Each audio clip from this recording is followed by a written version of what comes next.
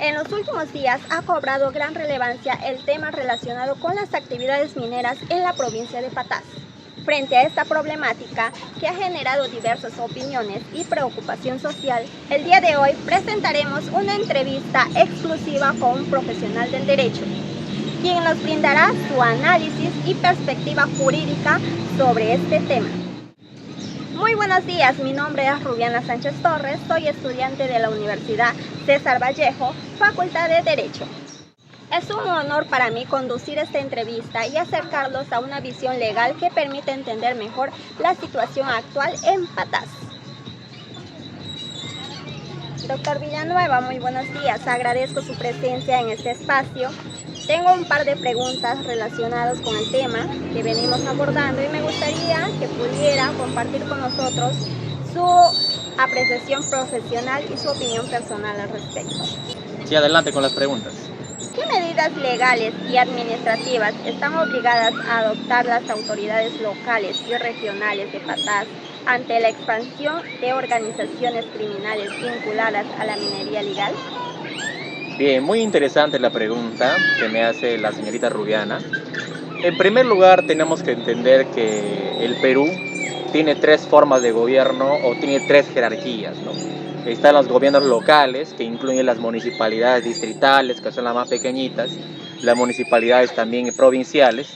Están los gobiernos regionales, como por ejemplo el gobierno regional de San Martín, y también está el gobierno nacional. Entonces, como el problema se ha suscitado justamente en Patás, entonces hay que entender que es una localidad, ¿cierto? Entonces, las autoridades, tanto locales como regionales, son las que tienen que poner asuntos en ese sentido. Ahora, analizando desde el punto de vista jurídico, ¿hay normas para eso? Las municipalidades tienen leyes, tienen reglamentos, tienen normas que los rigen. Por supuesto que sí. Todo ente administrativo, público, tiene normas. En este caso, ¿qué normas estarían atallando? La Ley Orgánica de Municipalidades y la Ley Orgánica de Gobiernos Regionales, que son normativas que les exigen a los gobiernos regionales, sobre todo gobiernos regionales, a inspeccionar qué empresas privadas están extrayendo oro de manera legal, si hay concesiones. Por ejemplo, ahí también las municipalidades provinciales también tienen su propio reglamento que les exige inspeccionar, ¿no? Si hay de repente comercio ilegal, extracción ilegal. Entonces considero que primero las autoridades públicas deben regirse conforme a su reglamento y a su ley especial, ¿no? Que es la ley orgánica.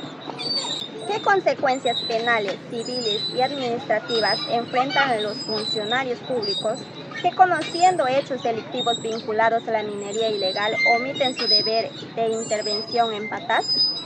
Claro, ahí también, por ejemplo, hay otra pregunta interesante, y es que aquí, en este caso de Patás, en el cual 13 personas que eran mineros legales, no eran mineros ilegales, eran mineros legales, pertenecientes a la minera La Poderosa, eran personas formalizadas.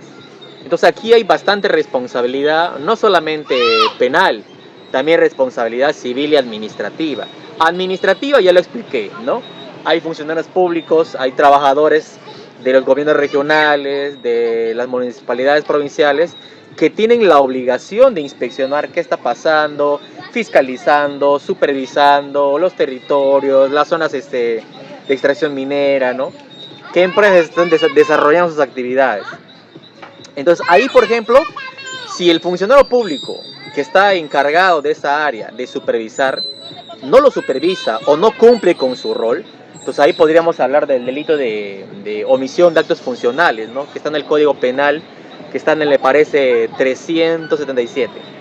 Con respecto a las consecuencias civiles también lo hay, porque al haber defraudado, al haber generado un desbalance patrimonial para el Estado, entonces la empresa minera también podría incurrir en un tema de responsabilidad civil, ¿no? Y por último, el tema administrativo, como ya les comenté, es el delito de, es el tema de rehusamiento también a cumplir con su función, con la función pública, ¿no?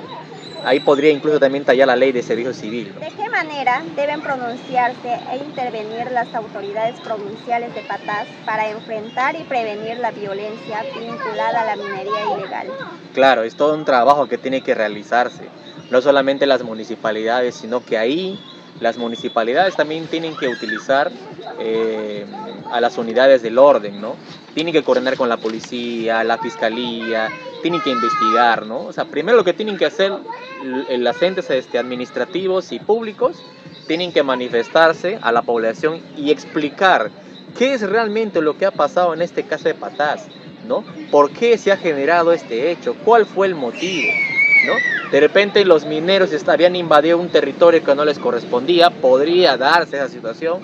De repente sí estaban extrayendo oro o extrayendo minerales metalúrgicos en una zona que sí estaba permitida, sí estaba debidamente concesionada. Entonces, ¿por qué ha habido esa agresión violenta que ha causado la muerte, ¿no? Entonces, Fiscalía tiene que ahí realizar las diligencias preliminares, investigación y recabar estas fuentes de información, ¿no? Por ejemplo, lo último que me he enterado de este caso de Patás es que las autoridades han suspendido, por ejemplo, toda actividad minera por 30 días. Acto público que me parece muy bueno, pero en este espacio de suspensión temporal es donde más se debe realizar investigaciones, qué es lo que está pasando.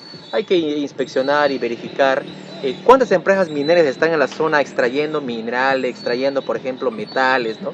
Y cuántas están formalizadas, cuántas no, ¿no? Más que todo ver desde el punto de vista legal, ¿no? Eso es lo que tienen que hacer las autoridades. De esa manera, pronunciándose de esa manera, considero que podrían generar un mejor orden para evitar futuras muertes en el futuro. Doctor Villanueva, muchas gracias por brindarnos parte de su tiempo y compartir su valioso conocimiento. Ha sido un verdadero honor contar con su participación en esta entrevista. Estoy segura que su aporte será de gran utilidad para la comunidad universitaria y también para todos quienes sigan este tema con interés. Muchas gracias, doctor. Igualmente a ustedes, gracias.